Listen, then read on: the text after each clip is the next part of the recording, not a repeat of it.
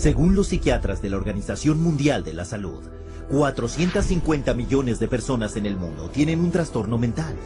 3 veces las poblaciones metropolitanas de Tokio, Nueva York, Los Ángeles, Londres, París, la Ciudad de México, Mumbai, Milán, Madrid, Toronto, Washington, Atenas, Melbourne, Hong Kong, Singapur, Roma y Berlín combinada. ¿Hay realmente esta cantidad de enfermos mentales o es solo un caso de buen marketing?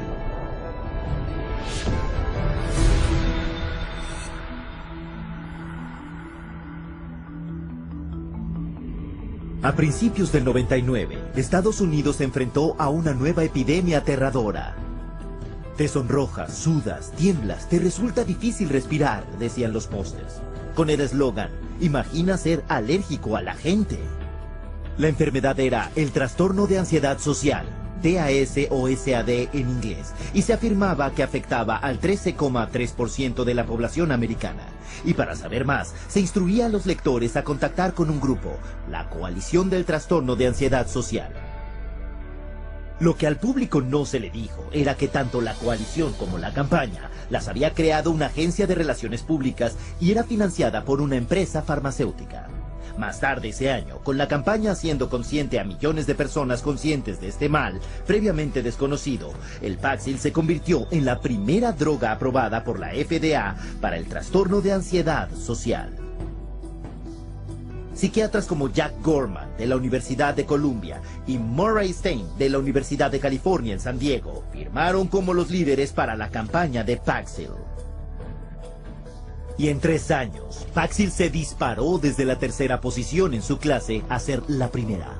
El director de producto de Paxil alardearía más tarde: el sueño de cada hombre de marketing es encontrar un mercado no identificado, desconocido y desarrollarlo. Eso es lo que pudimos hacer con el trastorno de ansiedad social. La competición del Paxil se fijó en esto. Ese mismo año, Pfizer consiguió la aprobación de la FDA para vender su antidepresivo Zoloft para el tratamiento del trastorno del estrés postraumático. Contrataron también una firma de relaciones públicas para crear su propio grupo de líderes psiquiátricos y les pagaron para difundir sus noticias sobre el trastorno. Esta campaña afirmaría que 1 de cada 13 personas desarrollaba este trastorno en su vida. Y esto incluía a quien viera un acto de violencia, un desastre natural o un evento angustioso. Y como con Paxil, las ventas del Zoloft subieron por las nubes. For the psychiatric drugs, the goal is to have as many people on them as possible. So the way to do that is to convince normal people that they have some defect or mental disease or condition that requires treatment. So I mean that's the way they do it. They hire these big marketing companies that come up with these campaigns. We're going to tell you about your disease so that you can lead a happier, healthier life. Oh, and by the way, we have a drug too that helps to treat this disease. Esta práctica de vender la enfermedad se conoce como la compraventa de la enfermedad, una expresión que definió el periodista Lynn Payer como intentar convencer a gente que está esencialmente bien de que están enfermos, o gente ligeramente enferma de que están muy enfermos. En Madison Avenue, la compraventa de la enfermedad se logra con una estrategia de clasificar la condición, donde la enfermedad mental se vende igual que los coches, la cerveza o el detergente de ropa. Y de acuerdo con el mayor gurú de Nueva York, Vince Parry, no hay una categoría terapéutica que acepte mejor la clasificación que el campo de la ansiedad y la depresión, donde la enfermedad raramente se basa en síntomas mensurables y por lo tanto abierta a la definición conceptual. Parry sugiere entonces a los ejecutivos 3 estrategias principales para lo que él llamó el fomento de la creación de enfermedades psiquiátricas. La primera es elevar la importancia de una condición o hacer que el público crea que un problema es mucho peor y mucho más extendido de lo que realmente es. Antes de la introducción de los antidepresivos SSRI, la depresión se consideraba, incluso para los psiquiatras, que afectaba a solo 100 de cada millón de personas. Desde entonces, las estimaciones han subido a tanto como 100,000 por 1,000,000. Un aumento de 1000 veces. El resultado es que más o menos el 10% de los americanos, unas 27 millones de personas, toma antidepresivos hoy en día, el doble que en 1996. Very good marketing.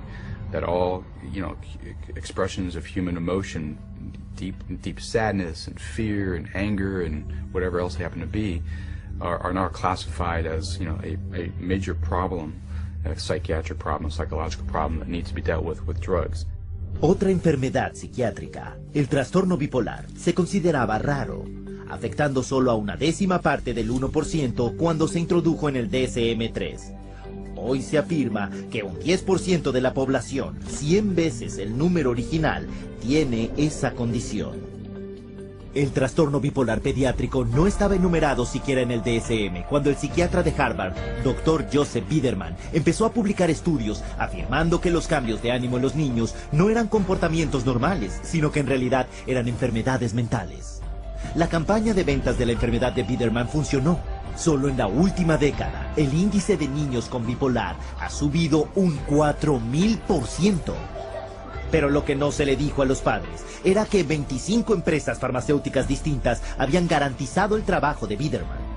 La extensión de su influencia no se reveló hasta que una investigación del Senado en 2008 expuso a Biederman por no informar de más de $1.600.000 en ingreso farmacéutico. Pero estas revelaciones no tuvieron efecto en la psiquiatría. El bipolar pediátrico sigue siendo aceptado ampliamente en la comunidad psiquiátrica. These labels are being applied to younger and younger children, which I think is really, a sad case. I'm sure I agree with any of those labels to begin with, but let alone for them to be applied universally to young kids.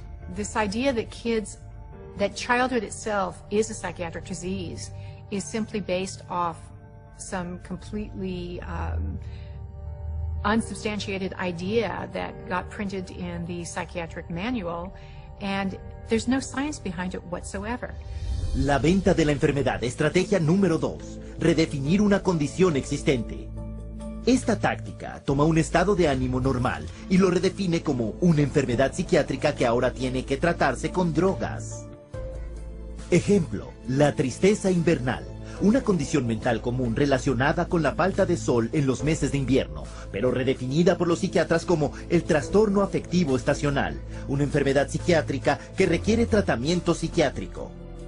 Otro ejemplo, consideremos el cambio de emociones en la menstruación de la mujer, creada por los psiquiatras como trastorno disfórico premenstrual. Una enfermedad mental descubierta no en el laboratorio, sino en el departamento de marketing del fabricante de drogas Eli Lilly. When Prozac patent came up, they realized they needed to come up with some sort of new to keep the money rolling in, and they came up with a new disorder. They just made it out of thin air. The premenstrual dysphoric disorder, the PMDD, and then the new wonder drug, which was Serafem, which if you look at Serafem on the back of the label, it just says, this is Prozac.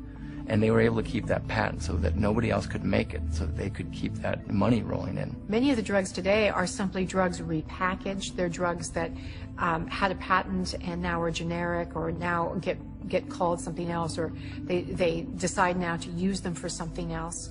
Estrategia número 3 para la venta de enfermedad. Crear una condición nueva para una necesidad del mercado no satisfecha. Ejemplo, trastorno de ir de compras compulsivo, promocionado por el psiquiatra Dr. Jack Gorman. En sus apariciones ante el público, se citaba un estudio reciente que afirmaba que hasta 20 millones de americanos, 90% de ellos mujeres, podía tener el problema. Lo que no reveló era que el estudio fue financiado por los laboratorios Forest, fabricantes del antidepresivo Celexa, y que él era un asesor pagado para por lo menos 13 firmas farmacéuticas, incluyendo Forest. La mayoría de los consumidores no ha oído hablar del concepto del marketing de la enfermedad para sacar beneficio, pero para los que están en la publicidad y los fármacos es bien conocido. Un informe de 2005 de comprensión de la empresa Reuters para ejecutivos de compañías farmacéuticas observa que la capacidad de crear nuevos mercados de enfermedades aporta una cantidad indecible de miles de millones de ventas de fármacos, y que los próximos años presenciarán todavía más creación de enfermedad patrocinada por las corporaciones. If I can't get along with my husband, take a drug. If I'm feeling a little depressed, take a drug. If I can't study properly, take a drug. We've become a fast food, what I call a fast food, fast drug society. Uno podría entonces preguntar, ¿hay alguien cuestionando este aumento extremadamente cuestionable y científicamente no probado de diagnósticos mentales? En abril de 2006, el diario médico británico encontró sin querer, cuando publicaron un estudio pionero que anunciaba una enfermedad psiquiátrica recién descubierta, el trastorno de deficiencia motivacional o MODED. Se caracterizaba por letargo y una indisposición para trabajar. Se afirmó que Modet afectaba a millones. Pero cuando los medios de comunicación por todo el mundo transmitieron las noticias sin cuestionarlas, el diario dijo la verdad. El estudio era parte de la edición de su Día de los Inocentes. Pero el chiste demostró el punto. La venta de la enfermedad funciona. Incluso gente sin enfermedades mentales pueden ser consideradas en riesgo y que se les recomiende un tratamiento de drogas. Un estudio publicado en el diario de la Asociación Médica Americana instaba a todas las víctimas de ataques al corazón a tomar un antidepresivo para prevenir la depresión, estuvieran deprimidos o no. Luego se descubrió que los autores tenían una relación financiera no revelada con el fabricante del antidepresivo, Lexapro. El drogado preventivo es la onda del futuro. Como un experto dijo, por lo visto hay una cantidad de dinero ilimitada que ganar con el marketing farmacéutico de los remedios para las enfermedades, y todavía más de los remedios para reducir los factores de riesgo para la enfermedad. And of course, every time they come out with a new mental disorder, then they come out with a new drug to counteract it. At least to me, it seems like nothing more than a marketing ploy. There are certain executives in the pharmaceutical manufacturers that have stated that one day in America, every person will be on drugs, healthy or not. Con estas astutas campañas de ventas de la enfermedad, 100 millones de personas en el mundo están hoy en día tomando psicotrópicos. Y como resultado, la industria de los psicotrópicos está ganando más de $150,000 cada minuto. Un asesor del consumidor dijo, puedes vender cientos de millones de dólares de una droga, hasta una mala, si tienes la campaña de marketing correcta. Lo que nos lleva a nuestra siguiente pregunta. Ahora que las campañas de comercialización de la enfermedad crean la ilusión de enfermedad mental generalizada, ¿qué tan seguras son las drogas que los psiquiatras recetan para tratarla?